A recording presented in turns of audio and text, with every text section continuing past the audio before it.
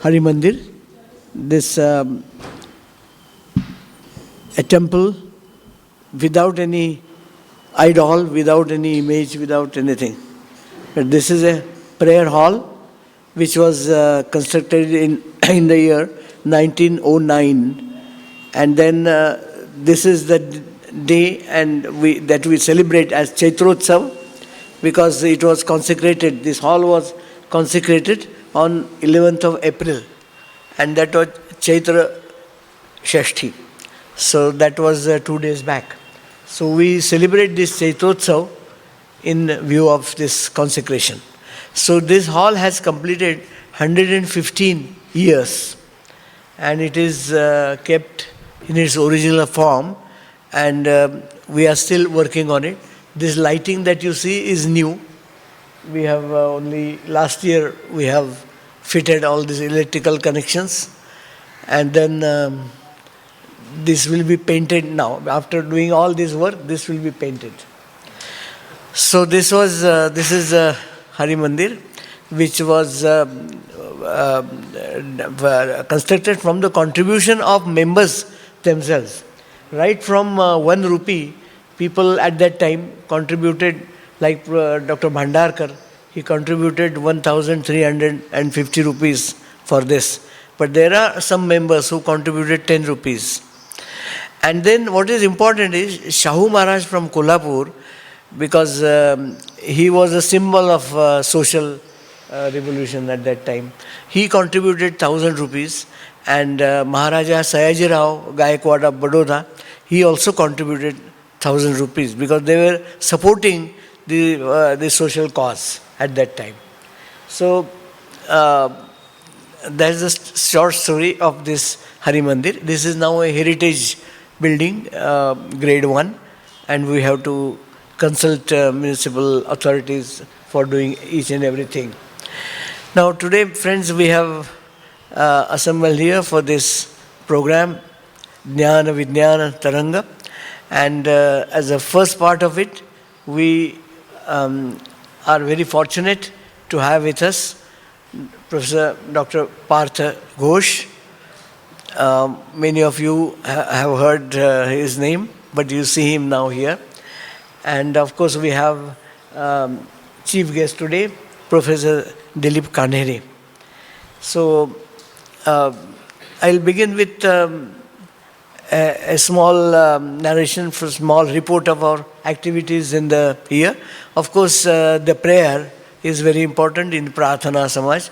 So it is held every Sunday at 10 o'clock. This is still going on.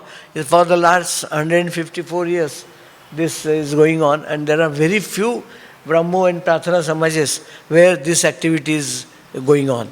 In Mumbai Samaj also, it is held once in a month. And there are some Brahmo Samajas in Kolkata and Bengal where it is held regularly, but very few of them. So we are very proud, and all Punekars should be proud of this fact that such an activity is going on for 154 years. Well, then we have children summer camp here in this hall. For about 15-16 years we have been holding summer camp for children of age 8 to 12, and it is a full day, 10 o'clock to 4 p.m. and it comprises of initially a short prayer. Then we have some bhajan singing suitable for children.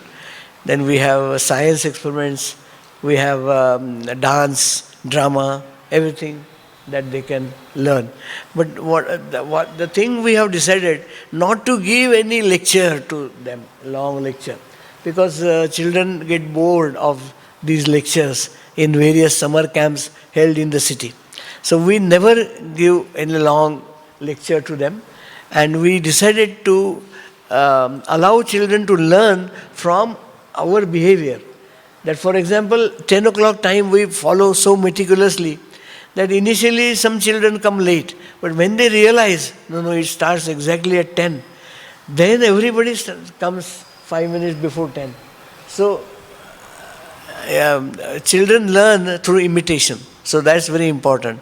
So that is what we keep in mind in arranging all this summer camp for the children. Then we have our annual festival in December. The foundation day is 4th of December. So we have some programs, some lectures. Along with that, on the 4th of December, we have instituted 3 awards. So one is in the name of Dr. R.G. Bhandarkar. And you'll be surprised, this was the first award in his name. He has done so much for the city of Pune. But as usual, Punekars forget such people, but we don't, because all this Prarthana Samaj, Dr. Bhandarkar gave 50 years of his life. I mean, same Bhandarkar of Bhandarkar Road, Bhandarkar Institute. People know Bhandarkar Road, but they don't know anything about Professor Bhandarkar. He was, of course, a scholar, a great scholar, Sanskrit scholar. His main subject was mathematics. He was BA in mathematics. But he started liking Sanskrit, and then he learned Sanskrit from various Pandits from Pune and Mumbai. And then he gave the exam and all. Then he became researcher in Oriental science. Today we call it Indology. And then Göttingen University awarded him PhD for his research. He published nearly 200 papers in at that time only foreign journals were there, and then he was a great scholar, and his work was appreciated world over. So this is Dr. Bhandarkar. In his name we instituted an award because he was scientific minded. Because in the college, when he was teaching in Elphinstone College, he had started science club. And then whatever recent developments in science at that time, they used to discuss in the science club. And you can see his lectures which are published. In the lectures, he has given science examples. For example, he says the earth is revolving round the sun due to the force of attraction, due to gravity. And similarly, a devotee is attached to the God through this bond of devotion and bhakti. So like this, several examples he has given. A digestive system, he has given one point, that like our digestive system, there are various reactions. But the purpose of all the reactions is the same, to get energy to the body. Like that, there are various processes going on in this universe. And what is the purpose? Purpose is that is one God which is driving all this. So, in his name we have this award. Then we have our missionary, Maharshi Vitthal Ramji Shinde, who was a missionary of Pune, Mumbai, Prarthana Samajas, and also Sadharan Brahmo Samaj in Kolkata. So he did a lot of work, travel, and spread the message of Brahmo Samaj. So in his name we have instituted one award. Then third award is, this award is for those who work for the society. The third one is Davida Roberts Award, because she was our colleague when I was in UK. She was my colleague in education faculty, but she was connected to Unitarian Church, which is very similar to our Prarthana and Brahmo Samajas. So she got interested, and then when we came here, she visited Pune, and she visited the Prarthana Samaj, and we were running a school at that time. So she was very happy to see all that, and she used to send £100 every year for the school and children. Then in 2014 she died, but her sister wrote to us that in her bequest, that is in her will, she has kept £2,000 for Pune Prarthana Samaj. So we got all that money, because the law of what is that? FERA, not FERA, foreign exchange currency regulator, FICR. So that was there, but it was not enforced strictly. So we got that money by check, and then we are using it for the summer camp for the children and so on. But in her name, we instituted one award for those who work for children with special needs. So for the last 8 years, these awards are being given, and this is a way we can connect with the rest of the society. Now we can see our number of members has dwindled over the years, because youngsters, they straight away ask us that why should we come? If we are only going to pray, then we are not interested. If you are connecting with some other social cause, then we will be interested. So we have to connect to the younger generation, because there is a lot in the philosophy of Prarthana and Brahma Samajas, and I think there is a need that the society knows about it. So the flag of this Samaj must be kept flying high. So we have to connect to various people, the society. So the award has allowed us to connect it with the society. And the summer camps to the children, because those children who had attended our summer camps earlier in 99, 98 and 2000, they have grown now, and whenever they meet, they remember and what was happening in the summer camp, and they remember they have carried good things from the summer camp. So these are our activities. Sometimes in the monsoon, during the monsoon, we keep what we call as Varsha Kalin Jnana Satra, in which, for example, in one year, we had a lecture series, a week-long lecture series on Jnaneshwari by V.R. Karandikar, who was a scholar on Jnaneshwari. Like that, we have some lecture series. So these are our activities. We, apart from that, we give scholarships to 3 students who are doing graduation, who are registered for graduation after 12th. So 12,000 rupees per month is per annum is the small scholarship we are giving. The only condition is they have to maintain good academic progress, and they have to attend at least one upasana per month. So they start liking it, and they start attending more of upasanas.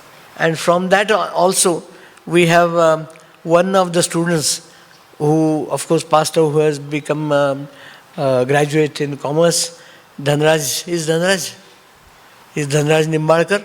He expressed his interest in becoming a member. So he is our youngest member of 21 years.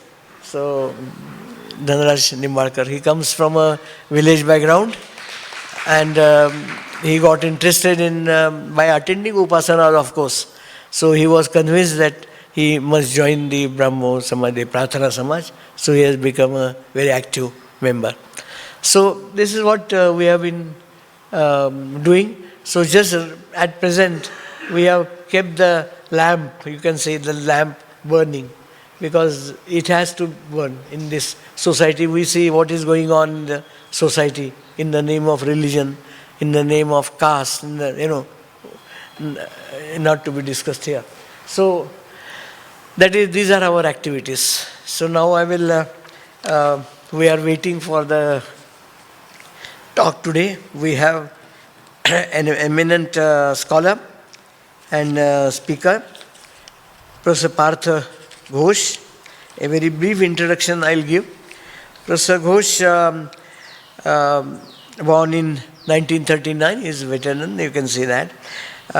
Is well-known polymath, physicist, author, philosopher, musician, and former professor, of course, at the S.N. Bose National Center for Basic Sciences, Kolkata. He is the former chairman of Satyajit Ray Film and Television Institute, Kolkata, and a member of Board of Trustees of Academy of Fine Arts, Kolkata. You see, such a multifaceted personality. Dr. Ghosh has devoted himself to popularization of modern science. He is author of several impact-making research papers and books in physics, as well as popular books in science. He has anchored Doordarshan shows such as Quest and Eureka. He has directed plays and appeared in media programs and films including the national award-winning film, The Quantum Indians. The film about Professor S.N. Bose, Meghnad Saha, and C.V. Raman. For his work in popularization of science, he has won the coveted Indira Gandhi Prize of Indian National Science Academy, New Delhi. He is well known as physicist. He has made significant contributions to theoretical physics, particularly the foundations of quantum mechanics. He has been an elected fellow of National Academy of Sciences, Allahabad. So let us welcome Professor Partha Ghosh here. We are very fortunate to have such a reputed, renowned scientist in this Hari Mandir. So I will request Professor Kandhari, our chief guest, to felicitate him by offering the memento.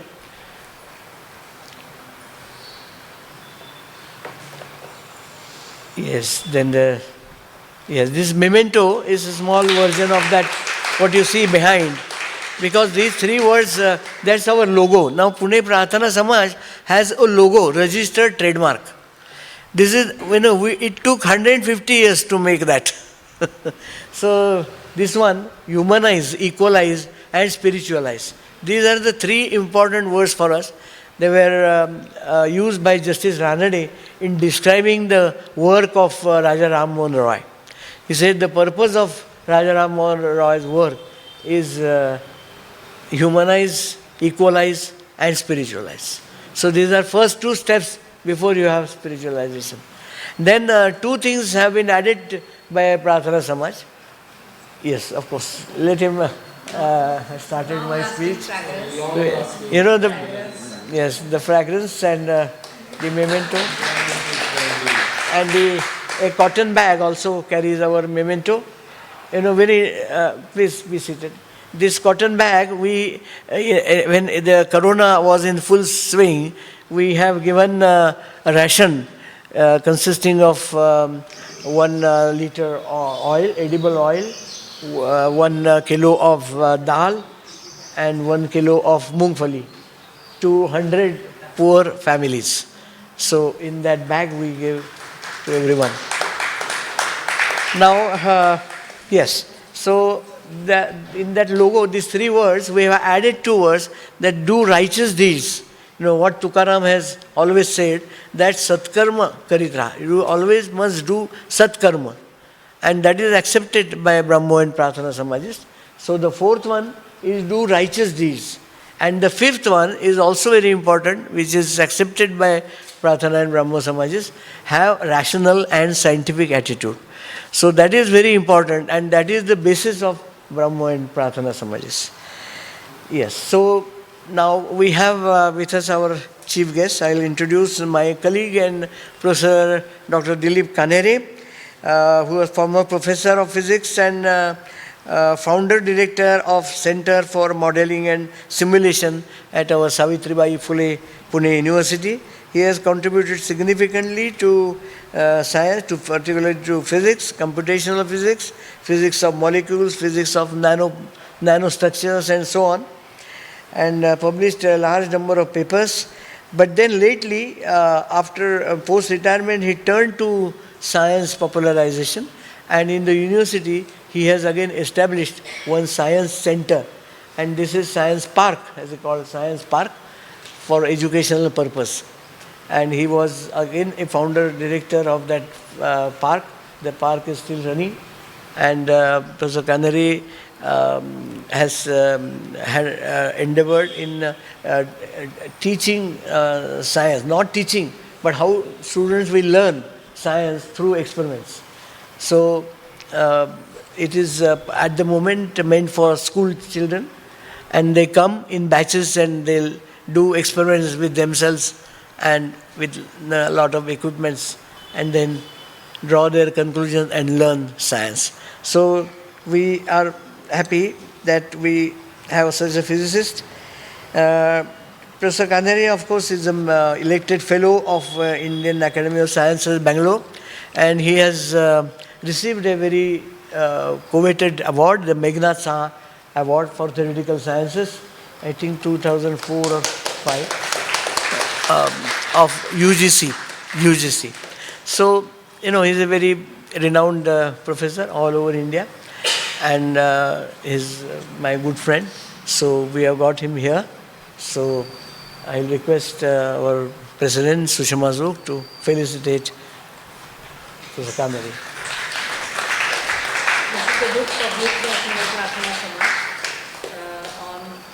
That's a small, short book of articles by Arana Chavan, R.N. Chavan he was a thinker and writer in the last century from Vai Brahma Samaj.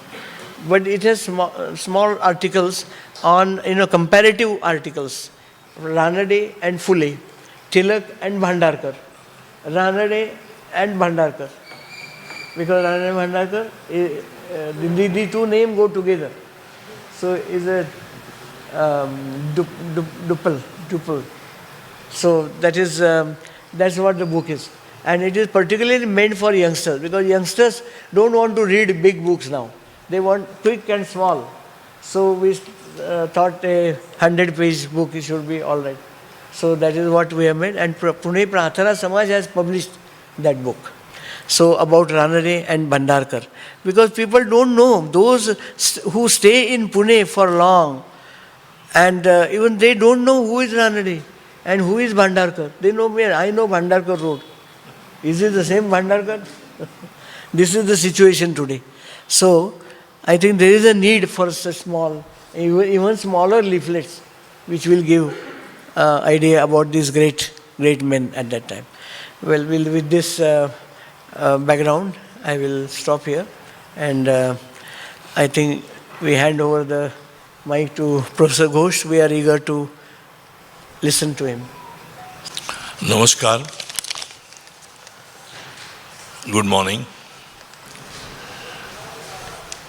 I'm really deeply honored to have been invited to this occasion, and I thank Professor Job and the Prarthana Sabha for giving me this opportunity to meet you and to share some thoughts. I found that the topic for my lecture has been given as science and spirituality. This is something extremely important, and I've been thinking about these things for a long time.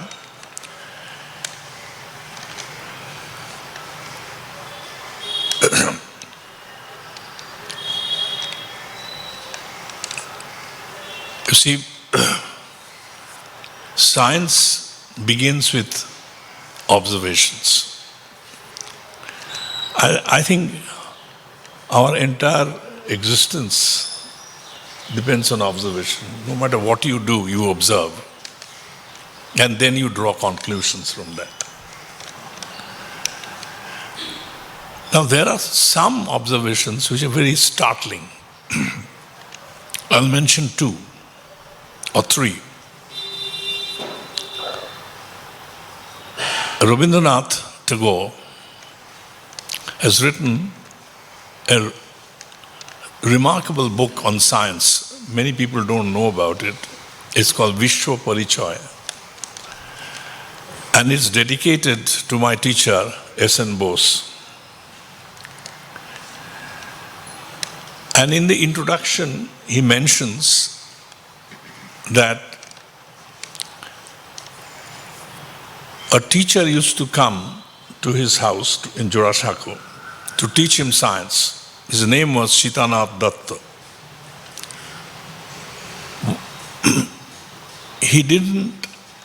Tagore says he was not a great scholar, but he used to make things extremely interesting for him. One day, he showed him the mystery behind why water, how water gets hot. He took some water, put some burner below it, and then he put very fine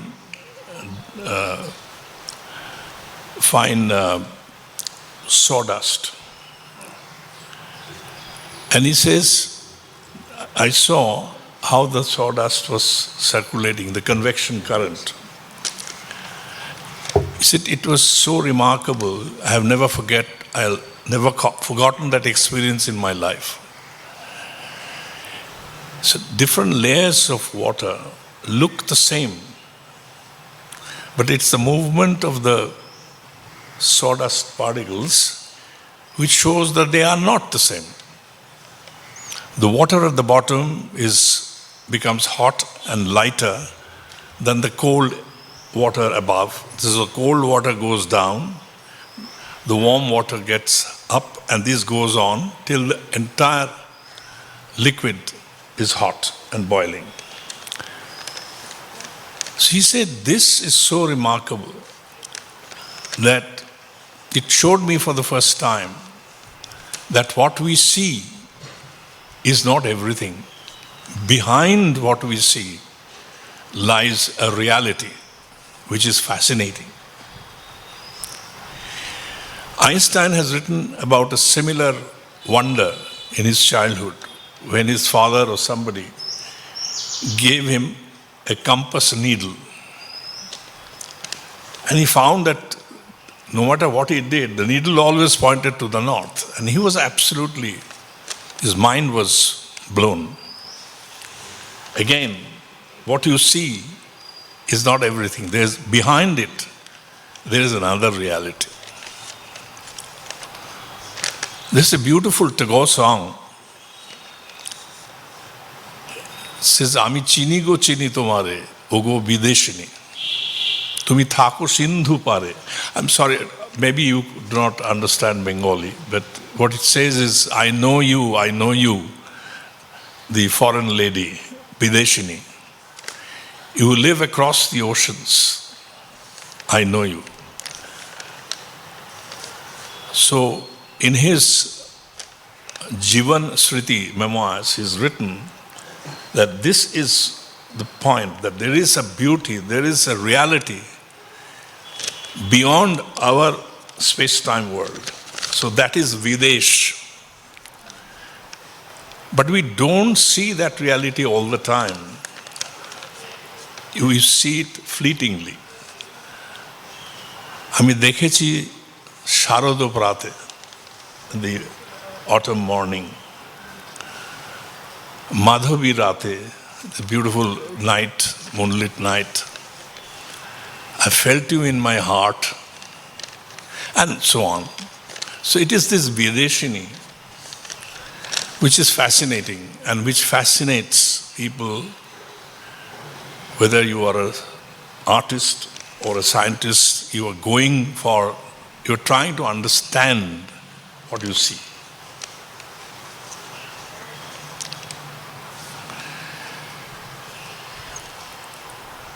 Don't mind my going back often and often to Tagore, because I have no excuse to give, but I'm absolutely zapped by him. It's a wonderful song. Maybe Sharmila can ask her group to sing it. This is how it's a spiritual reaction to what you see. Akash bhara surjo tara, vishwa bhara pran. The sky full of sun, stars, the whole world full of life. In wonder I sing. The world sways with the flow, eternal flow, ebb and flow of time. And I feel the tug of it in my veins. In wonder I sing. Walking through the forest, I step gently on the grass. My mind is amazed with the fragrance of flowers. ছড়িয়ে আছে আনন্দেরই দান. The gift of the infinite love of Anandam lies strewn all around. In wonder I sing. কান পেতেছি, I've strained my ears. চোখ মেলেছি, I've tried to look. I've tried to search the unknown in the known. In wonder I sing. A very famous song. So that is the essence of bringing science and spirituality together. Most of us do science in a kind of professional way, but we do not internalize. So it's this internalization which brings in spirituality.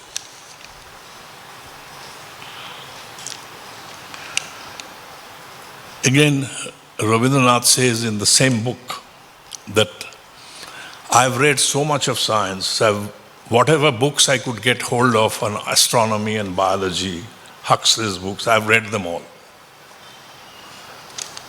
But I don't think that has caused any damage to my poetic ability. And he says, at this old age, my mind is full of this new theories of science, because he had already heard of relativity theory, quantum theory, because he met Einstein and there are long discussions with him and various other scientists. J.C. Bose was his personal friend, and J.C. Bose used to go every week or every other week to Silai Daha when Rabindranath was looking after the family estates, now in Bangladesh. The pact was between the two friends that the scientists will go and brief the poet about the latest discoveries, and the poet will have to write a new short story for him, the scientist. So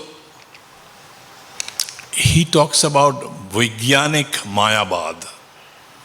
So my mind is full of not Shankara's Mayabad, which dismisses everything as illusory, but Vaigyanik Mayabad, the fact that there is a reality beyond what I see.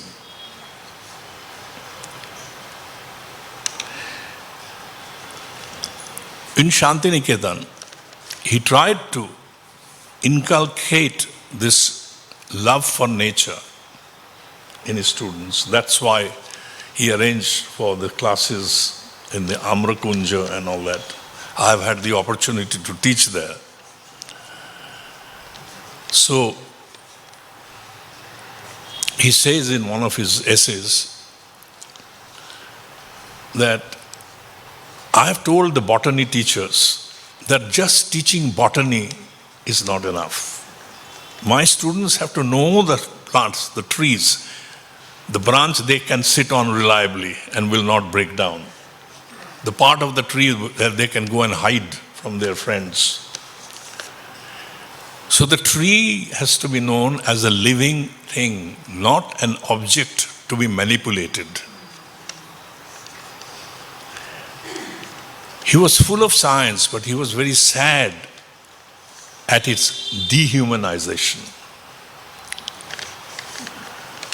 And he wrote 2 powerful plays to bring in this aspect of dehumanization of science, of applied science, not theoretical science. One is called Muktadhara. Have you come across Muktadhara? I recommend that you read it. Shormila can perhaps help.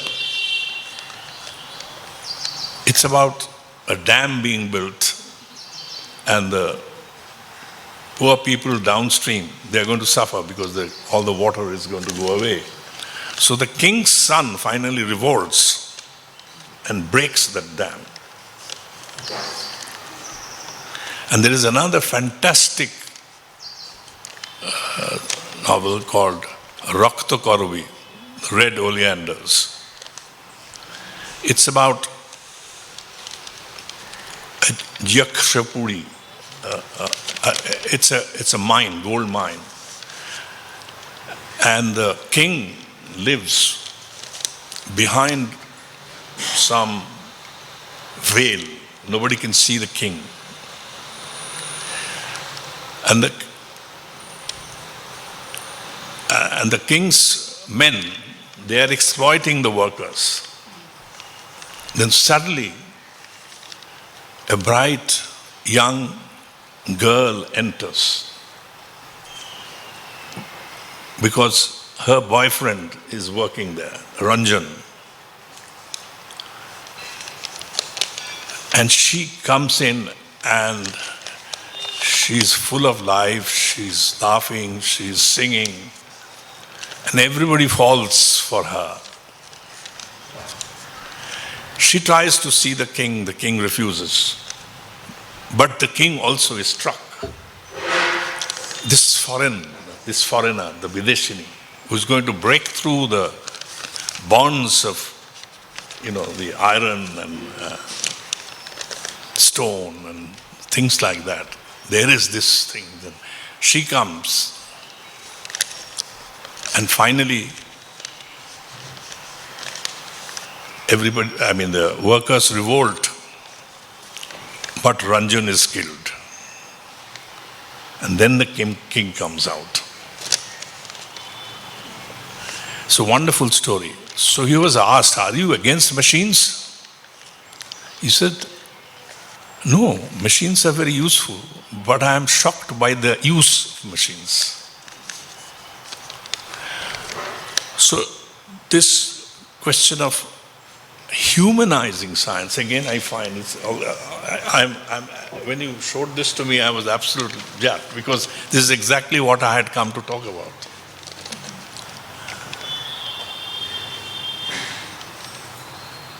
So somehow or other we have to humanize science. Science is fascinating. Science is indispensable. We are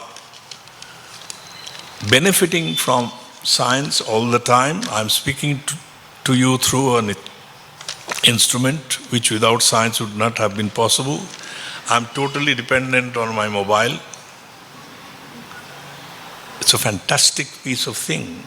A telephone, all telephones used to be somewhere in some address. This is a telephone without an address. Somebody had thought about it, and he made it possible. All the benefits we get from health science. Modern civilization is impossible without science and technology. But some of the uses are terrible. Some people are using science and technology for profit making, for political control. That is the aspect one has to be careful about. Now artificial intelligence is coming. People are scared. God knows what it is going to do. But it is time that we know what it is, because if you don't know what it is, you will be a helpless victim of it. Finally, I'll end with another thought, which is color and sound. May I just have a little sip of water? I will end soon.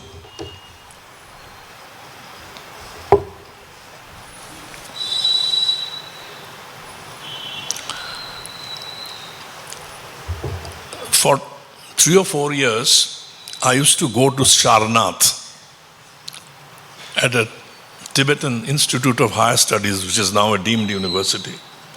The Vice Chancellor there, Geshe Samten, This very wonderful person. We came to know each other, and he said, His Holiness has said you have to learn science, so please come and teach us science. So I used to go there. It was difficult because the monks didn't speak English and I didn't know Tibetan. So everything I said had to be translated to them, and whatever they said had to be translated back to me. But anyway, we persisted. And I'll tell you about the shock I received when I spoke about the velocity of sound, the velocity of light. Light takes such and such time to go from this place to that place, same about science. Then I was stopped. He said, but light is some sensation in my eye. Sound is a sensation in my ear. What do you mean by that traveling? I'd never thought of that. And I immediately realized that I was talking in a language which is inappropriate. What we mean is some electromagnetic vibrations travel from one place to another at certain velocity, or some vibrations of some medium, air or anything else. But when they impact our eyes or ear, something is going on inside which is producing the sensation of color and sound. Modern scientists and philosophers have understood this, and they call this qualia. Qualia. This sensation of color, sound, warmth. Now science has reduced them all to instruments because our senses are not dependable. Often we are misled by our senses. So science says, no. We have to replace color by the frequency of light, sound by the frequency of vibrations, feeling of warmth by the height of mercury in a tube. So our immediate experiences are all knocked out of science and replaced by something extremely mechanical and drab. This is what puts a lot of people off science, because they cannot relate their immediate experience with science. And German philosophers had realized it, and they said, no. Phenomena is the main thing. It's called phenomenology. So, what is this qualia? Can you understand it scientifically? This is one of the latest topics of research. The other is consciousness. A lot of people are working on what is consciousness. It's a scientific study of consciousness. But again, people are realizing that a scientific study of consciousness is not possible, because consciousness is something that you use. It's in the perceiver. The perceiver is not something out there which you can measure and study.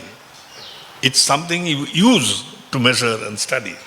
So there is a huge difference between scientifically observable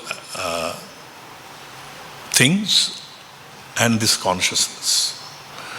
So there is this big debate now whether consciousness is produced by the mind, which is the brain. Now there also there's a lot of confusion. In the West, they have understood that the mind and the brain are a little different. One is the software, the other is the hardware. But in Indian philosophy, in Indian psychology, there are many gradations. The West doesn't know. Anyway, we are at a very interesting and at the same time critical phase of science and technology, where our future depends on what we do with our knowledge. And therefore, humanization, obviously equalization, and spiritualization are the need of the day. Just before I came, I saw a beautiful video some friend has sent. Somebody explaining the difference between want and need. Air is what we need, otherwise we will die. Food is what we need. Sleep is what we need. Love is what we need. But what food we eat is our want. Whom we love is our want. And so on and so forth. So, today we need science to survive. But what science, what technology is our want? That is where our spirituality is necessary to guide us. Thank you very much. Professor Ghosh, for a wonderful exposition on science and spirituality in small anecdotes about Rabindranath. Actually, I had suggested her before this was fixed that could you say something about S.N. Bose, because you worked with him. Particularly because he was a Brahmo. No. He was not a Brahmo. Okay. So, but can you tell us something about your personal association with Yes. Bose? I was very fortunate to have met him and actually be a student of his. It was all by accident. I had never planned it. He was a very informal person. And when I met him, he had retired. He was a national professor of physics. So, one of my close relatives was a very famous poet, Vishnu De, the post-Tagore, one of the most famous post-Tagore poets. I was very close to him and his wife. And he was very close to S.N. Bose. S.N. Bose was familiar with poets, painters like Jamini Roy, singers like Dilip Kumar Roy. He was a polymath. So one day, Vishnu De's son, Jishnu, who's also a physicist, they used to call S.N. Bose Jethu. So, Tumi Jethu ke dekho nahi? You haven't seen Jethu? Come along. So one morning I was taken to see the great man. So I went there, I was introduced. I had just finished a course of studies at Imperial College London. I had come back and I had joined the Saha Institute to work under Professor Trilochan Pradhan. And I was just sitting there watching the man, and the poet and the scientists were talking. And suddenly he turns to me and says, "Amar sange kaj korbi? Do you want to work with me?" I was absolutely flower-grassed. Totally out of the blue. For a fraction of a second, I didn't know what to say, because I was already working with Professor Pradhan. But I knew that answer cannot be no. You don't say no to S.N. Bose.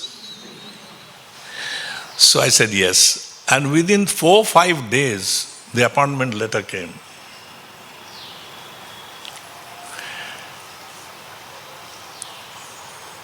I'll tell you one or two stories about him.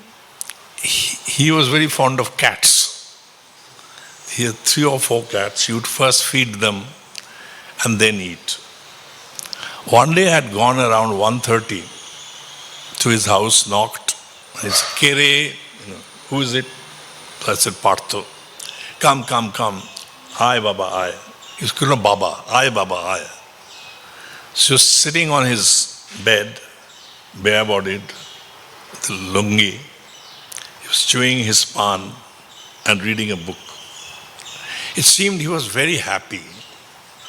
So I sat down, and he says, I'm reading a very interesting book. Let me read it out to you. So he started reading. It was about a cat. A big feast was going on. There was a glass table on which delicious food was being brought, and a cat was sitting underneath and watching the food. And it was all about the cat's reactions to the various food which was being brought in. So he read it out to me for about 3 or 4 minutes in English, put the book down, and said to me in Bengali, Khasha likhechen are? How wonderfully written. So I said, yes sir, very nice. Picked the book up, opened it. I was stunned. It was in French. So I said, sir, this book is in French, but you read it out to me in English. He smiled. He said, my French is good, People say my pronunciation is also good. So this was S.N. Bose.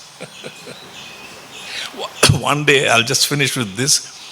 Some people had come talking about popularization of science, and they wanted to do something about propagating M.N. Saha's work. So he suddenly says to them, but do you know what Meghnad has done? Thoda janish, Meghnad ki koreche? Stunned silence. He says, I'll first say exactly what he said in Bengali and then translate it. Meghnad ঘরে বসে তারা তাপমাত্রা মেপেছিল. Sitting at home, he measured the temperature of stars.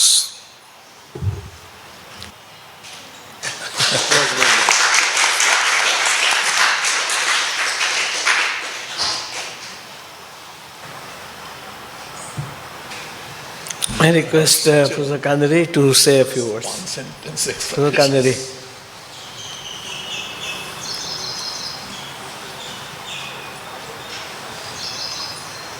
After such a wonderful exposition of science and spirituality in the words and concepts so simple that every one of us could understand, there is very little to say. However, I will say a few things because my friend Dilip and Sushma kindly invited me here. First, I must say that it's a great honor for me to share dais with you. I used to visit, as I mentioned, S.N. Bose since the days of the first director, Chanchal Muzumdar, when you were there. And I have heard of you. The thing to mention, which he did not mention, is leave the age part. Leave what is his age, don't worry. In last year, I knew what his fundamental research is, since it's in physics. But last year he wrote a book in which the articles, I won't mention the topic, are absolutely state-of-the-art, highly mathematical, but dealing with fundamental aspects of science last year. So that's the point I would like to mention. I'll also mention something in my days, not so younger days, I used to watch his science popularization programs on TV, just fantastic. The clarity with which he will, take the younger students and run both the programs.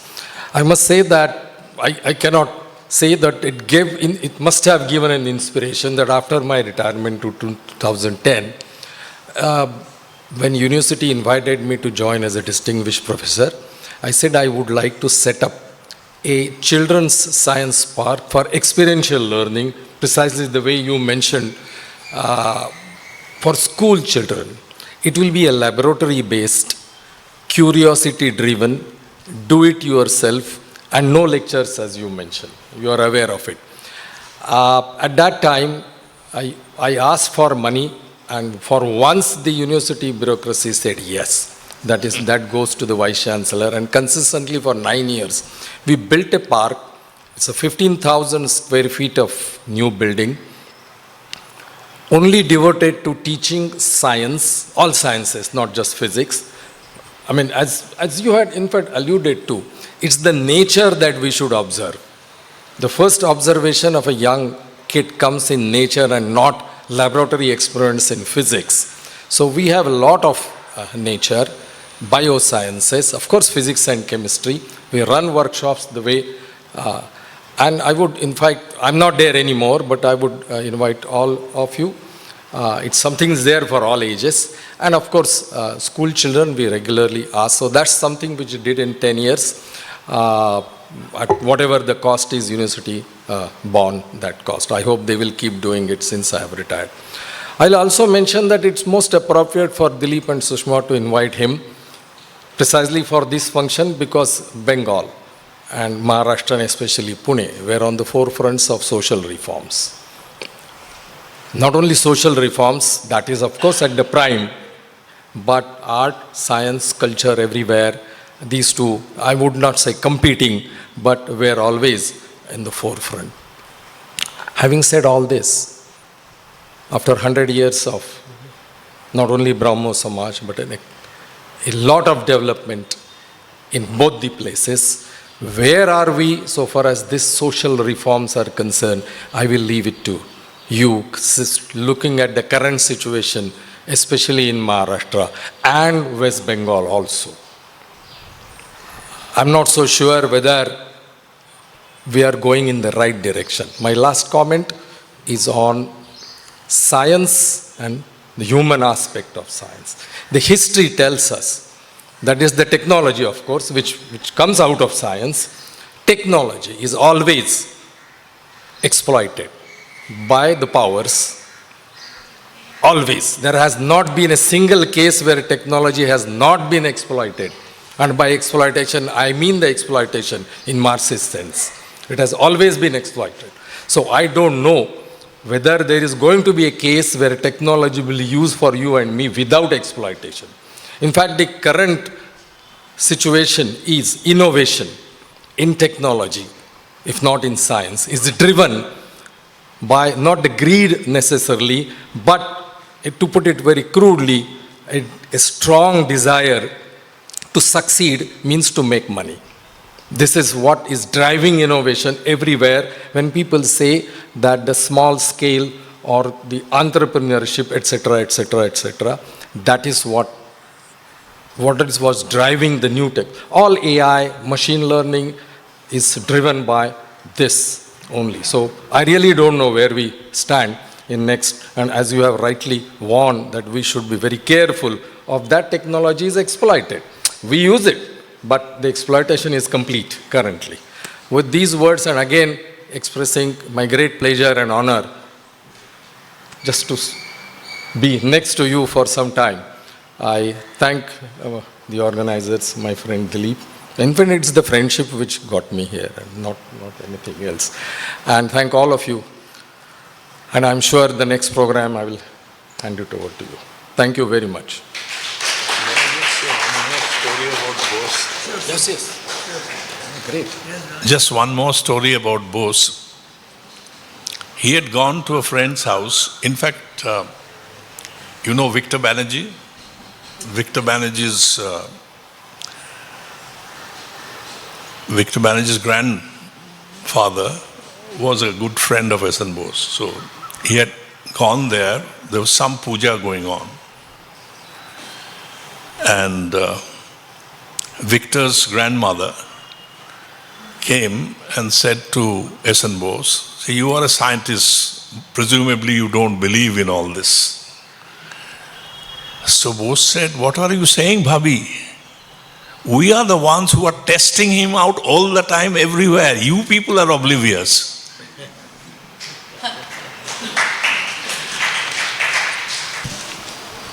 Respected Professor Ghosh and dignitaries on the audience, I'm sure and I can see that everybody is speechless with the presentation and the narration by Professor Ghosh.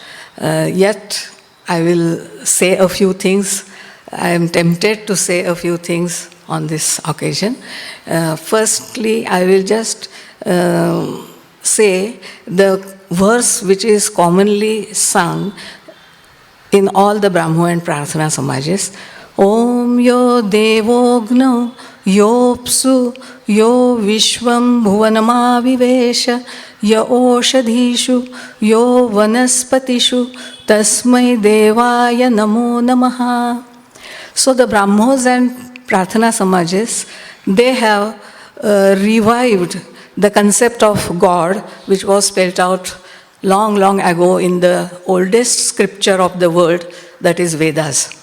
That is, God is the Parabrahman, which pervades the entire universe. So it is formless and it pervades entire universe. Now, this principle, when I accept as my guideline principle as a Brahmo, and I am by profession a scientist, how to correlate these two. So I will just mention how I have correlated these two with each other. And the word that Professor Ghosh used was, you have to internalize science. When you learn and teach science, and practice science, you have to not just use it as something objective matter, but you have to internalize. So I have tried to internalize science by correlating it to this verse. Now, biology, chemistry, physics, and maths are the main branches of science.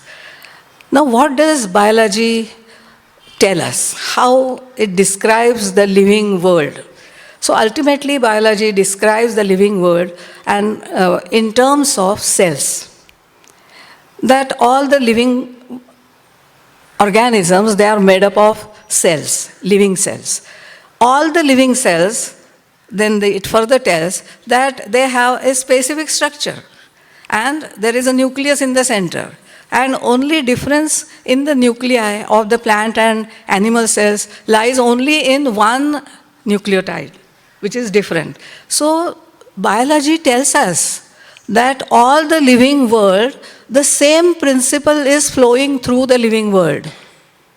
Is it not that Brahman that is pervading all the living world? Chemistry tells us that matter that we find around us and in the universe, ultimately it is made up of different molecules or compounds. Compounds are made up of elements. Elements are made up of atoms. Atoms are made up of three basic units: electron, proton, neutron. So ultimately, if we look at chemistry, that also gives us this message that the principle that flows through the chemical world is again the same. There are variations, but the principle flowing through the chemical world is not different. They are all related to each other. And physics, what is the ultimate aim of a physicist? To discover a theory which will unify all the known theories of the world. So the relativity theory or special relativity theory, these are the steps towards achieving this. But again, something much higher than that is also looking for, people are trying to discover. So ultimate aim is to find out the unifying theory. So the message of science again is that the components of the entire universe again are bonded together by something which is common to all, something which unifies them. And it is us who are trying to discover the differences. And not only the differences, but fight over the differences. So we have to perceive the message of, the unifying message of science, and that will help us in becoming or transforming science into spirituality. So I am very thankful for Professor Ghosh to come over here all the way from Kolkata and at this age and come over to Pune Prarthana Samaj and express his thoughts in such a beautiful way. One thing that I knew about S.N. Bose, one small anecdote that will also be worth mentioning. Recently I learned that once S.N. Bose and C.V. Raman, they met each other. They used to meet quite frequently, but in one such meeting, in 1925 or so, 100 years ago or so, S.N. Bose asked him, "What work are you doing presently?" And C.V. Raman told him about the work that he was doing at that time, which ultimately led to the discovery of what we know today as Raman effect. And S.N. Bose instantaneously told him that you are going to get Nobel Award for this. So beforehand, he predicted that that work was worth Nobel Award, and we all know that C.V. Raman is the only scientist produced by this country who received the Nobel Award for the work that he did in this country. So with that, I come to end of these concluding remarks. Thank you very much for the patience that you have shown, and I now request Professor Zog to continue further with the further announcements. Thank you.